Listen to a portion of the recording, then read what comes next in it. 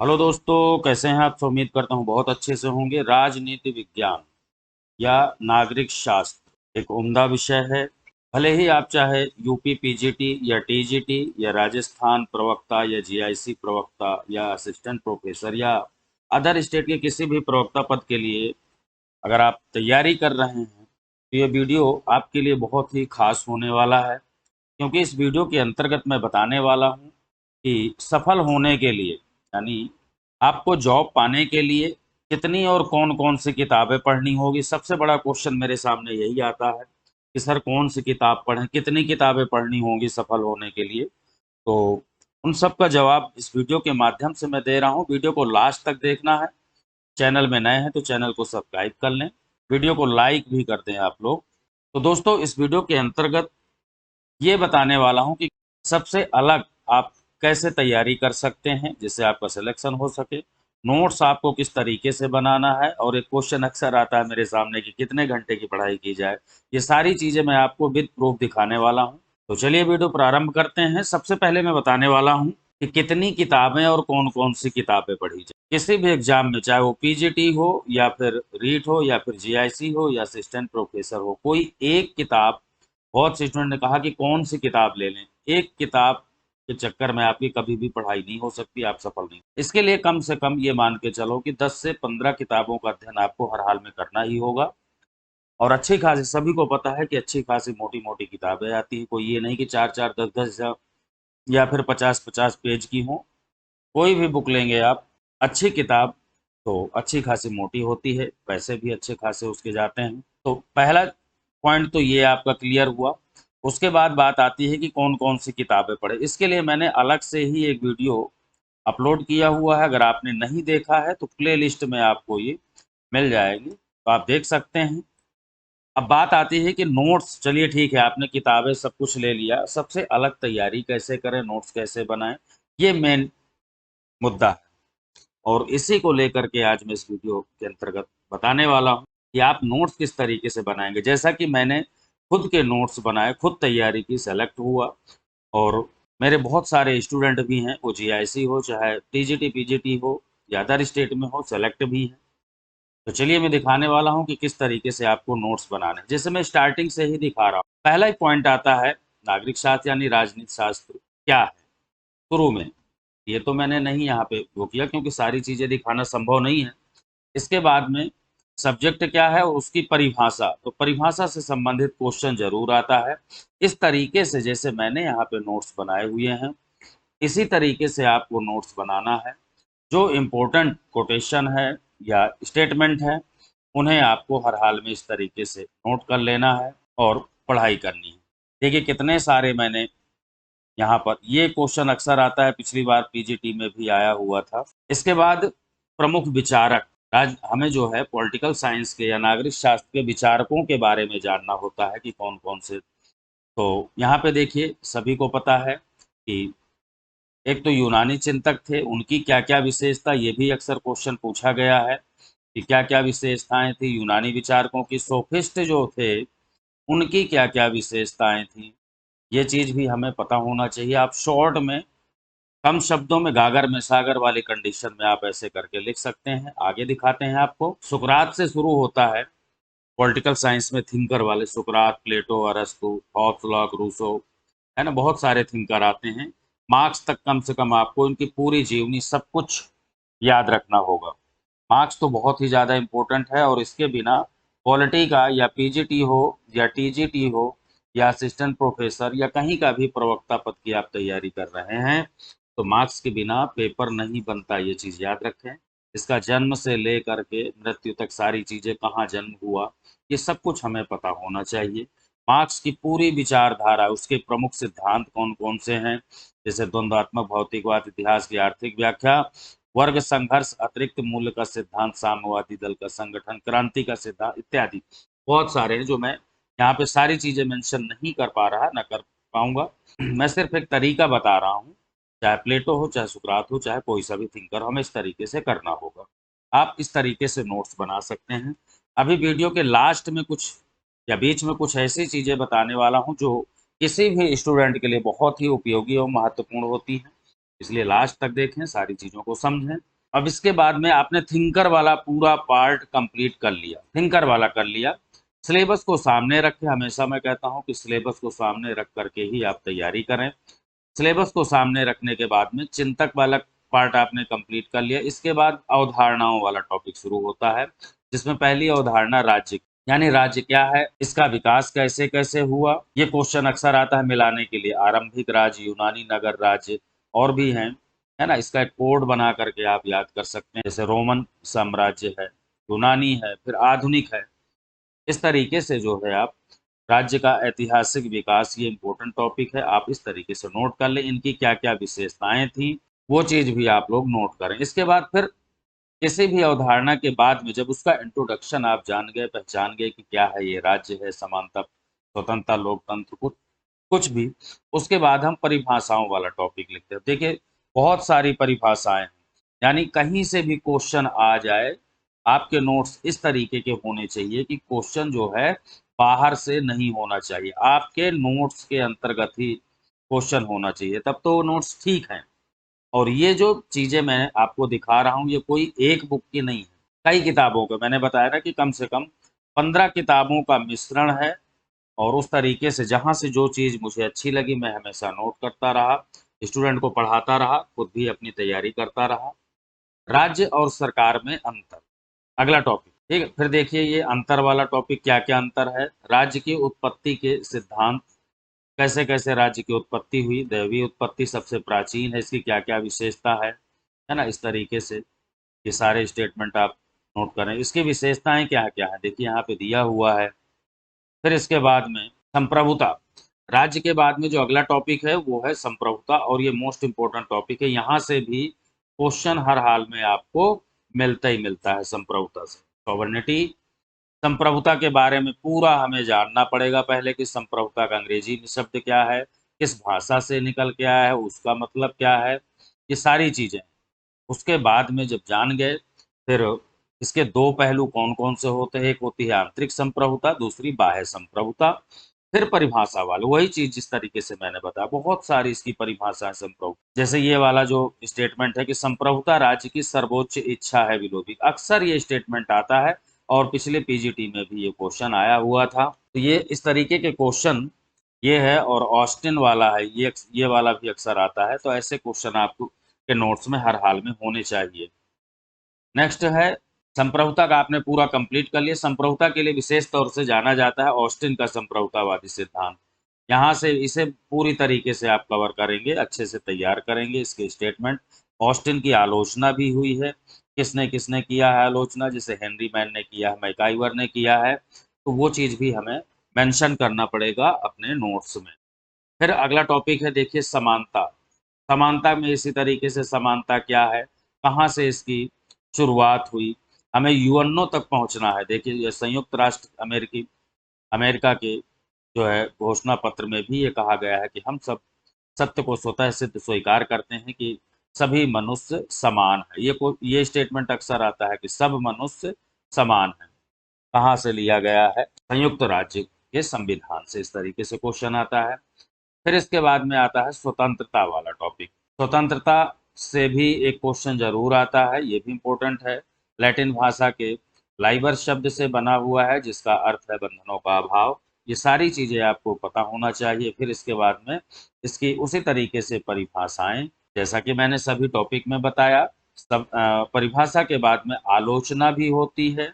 कितने प्रकार, प्रकार हमेशा नोट करें, कितने प्रकार की स्वतंत्रता, जैसे चल रहा है तो कितने प्रकार की स्वतंत्रता, और विचारक कि जो है कौन से वाले, किस समर्थक, मान लीजिए आपने 3 प्रकार के, 2 प्रकार के, जो भी बता रहे हैं उनके समर्थक कौन कौन से हैं, वो चीज़ भी आपको याद करना होगा, पढ़ना होगा अच्छे से। फिर है अधिकार, इसी तरीके से अधिकार के बारे में जानने के बाद उसकी पूरी परिभाषा चीज़ें आपको याद रखना है। ये जैसे लॉस्की वाला है अधिकार के मामले में, ये क्वेश्चन अक्सर आता है और ये भी पीजीटी में आया हुआ क्वेश्चन है। तो इस तरीके से आपको नोट्स बनाना है। आगे मैं कुछ ऐसी चीज़ें दिखाने वाला हूँ जो बहुत ही आपके लिए उपयोगी होंगी।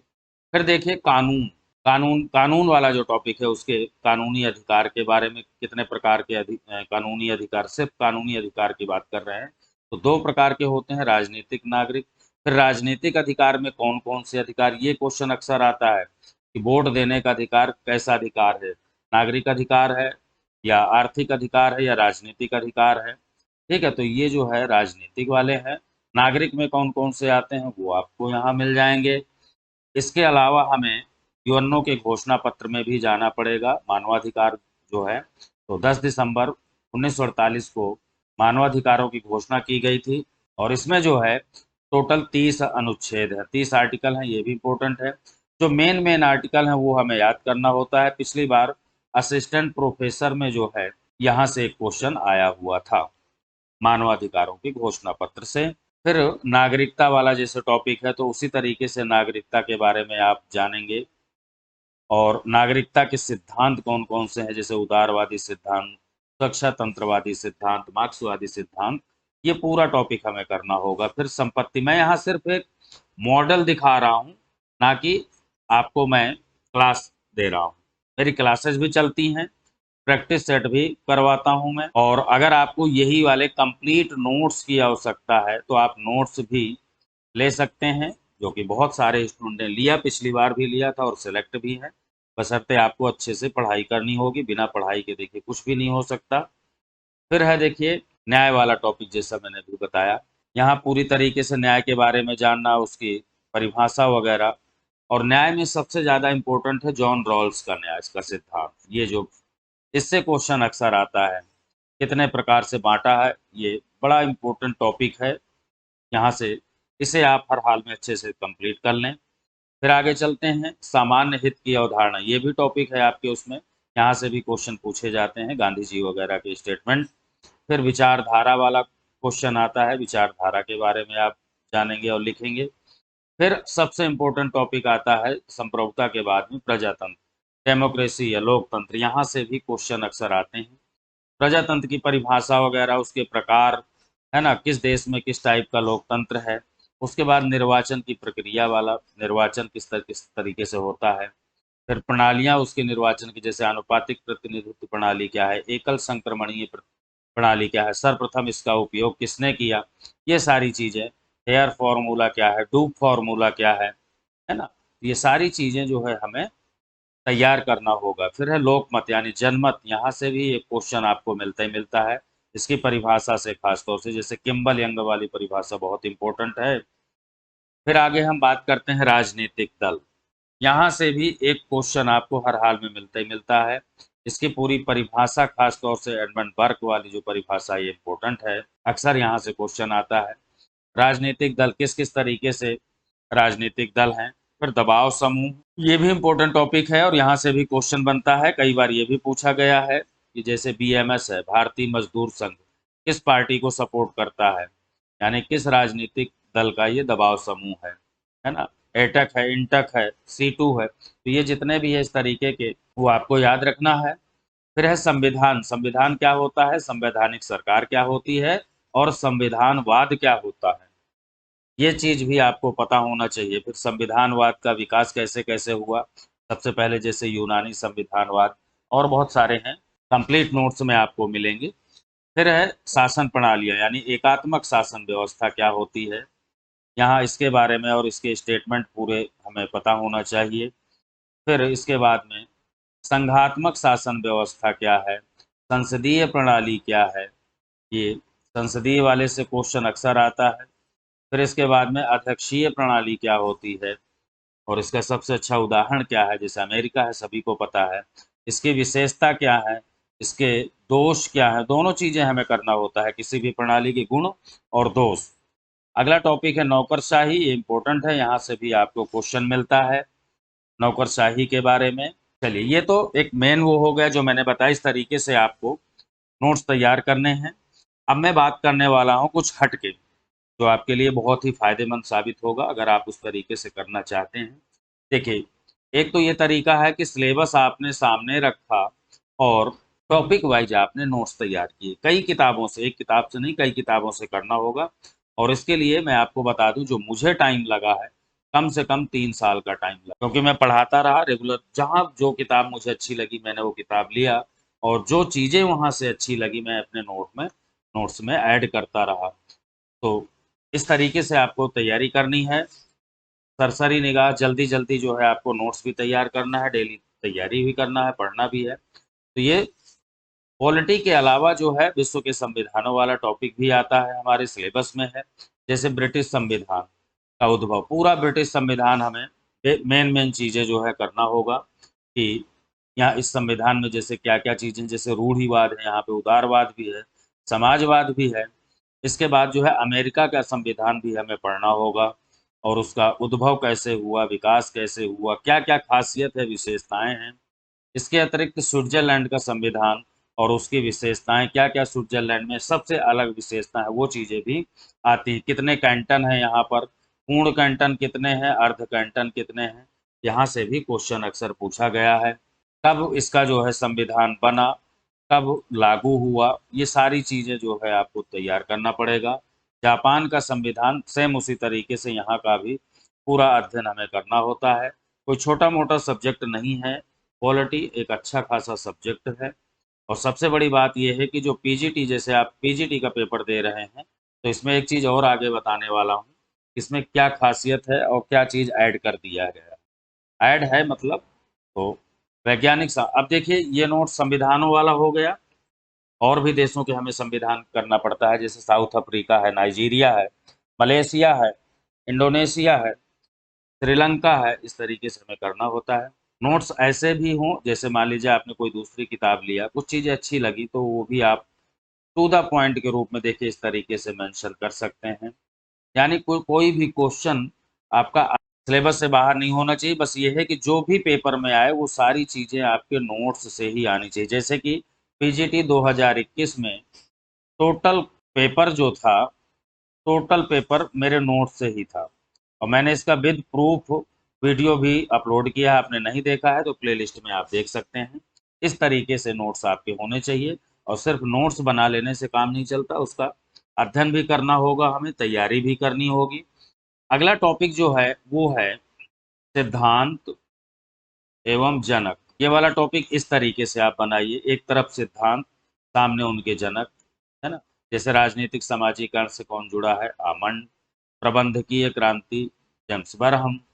प्रजातंत्र का शास्त्रीय सिद्धांत किसने दिया, तो मिल ने दिया।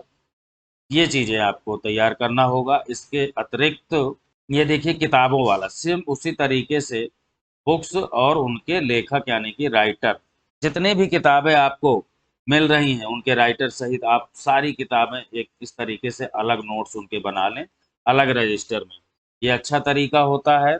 और इस तरीके से अगर आपने नोट्स बना लिए तो यकीन मानो कोई भी क्वेश्चन बाहर से नहीं जाएगा और फर्स्ट अटेम्प्ट पे ही आप जो भी आप फॉर्म डाले हैं, चाहे प्रवक्ता का है या एलटी का है या जीआईसी का है या टीजीटी का है या फिर पीजीटी या असिस्टेंट प्रोफेसर, किसी का भी है, आप जो है पहली बार में ही क्वालिफाई हो जाएंगे। दोस्तों ये मेरा चैनल है, ये मेरा लोगो है और इसी लोगो को ठीक से आप देख लीजिए। मेरा ऐप भी है, प्ले स्टोर से आप जो है डाउनलोड कर सकते हैं MS एकेडमी करके, और लोगो याद रखना, लोगो यही रहेगा, आप डाउनलोड कर सकते हैं। और अगर कंप्लीट नोट्स की आवश्यकता है आपको तो ये मेरा नंबर है 9997123632, 9997123632। ये मेरा व्हाट्सअप नंबर है, आप मैसेज करेंगे, नोट कर लें आप लोग। व्हाट्सअप मैसेज करेंगे, आपको सारी डिटेल दे दी जाएगी, जानकारी, और आपको नोट्स उपलब्ध करा दिए जाएंगे। अब देखिए यहाँ पे मैंने कुछ अलग चीज़ें बिल्कुल हट के, यानी ये पूरी पॉलिटी का हार्ड पार्ट है एक तरीके से। ये ऐसा पार्ट है कि बिल्कुल निचोड़ जिसे कहते हैं, वन लाइनर में जहाँ जितने इंपॉर्टेंट क्वेश्चन जहाँ कहीं मिले वो मैंने सब नोट किए हुए हैं। देखिए एक एक लाइन के वन लाइनर क्वेश्चन पढ़ने में बड़ा अच्छा लगता है इन्हें, लेकिन इनकी पढ़ाई तब करनी चाहिए जब पूरी थीम आपकी क्लियर हो। अब चलिए, अब जो मैं बात बताने वाला था कि पॉलिटी के साथ साथ पीजीटी में क्या शामिल है, लोक प्रशासन यानी पब्लिक एड। ये चीज़ भी हमें तैयार करना है, याद रखें, पब्लिक एडमिनिस्ट्रेशन। तो यहाँ ये जो है लोक प्रशासन वाला पार्ट भी पूरा करना है, यानी 2 सब्जेक्ट आपको तैयार करने हैं, तब जा कर के आपका पीजीटी का एग्ज़ाम निकलेगा या असिस्टेंट प्रोफेसर का एग्ज़ाम हमें तैयार करना है। और इसके भी कंप्लीट नोट्स जो है आपको मिल जाएंगे अगर आपको चाहिए, या फिर आप इसी तरीके से जैसा मैंने बताया इसी तरीके से आप तैयार कर सकते हैं। तो दोस्तों वीडियो कैसा लगा जरूर बताएं, लाइक नहीं किया है तो वीडियो को लाइक कर दें, चैनल में नए हैं तो चैनल को सब्सक्राइब करके बेल आइकन को प्रेस कर दें, जिससे आने वाले सभी नोटिफिकेशन मिलते रहें, क्योंकि मैं इसी टाइप के वीडियो लाता रहता हूं। मिलते हैं नेक्स्ट वीडियो में, तब तक के लिए जय हिंद।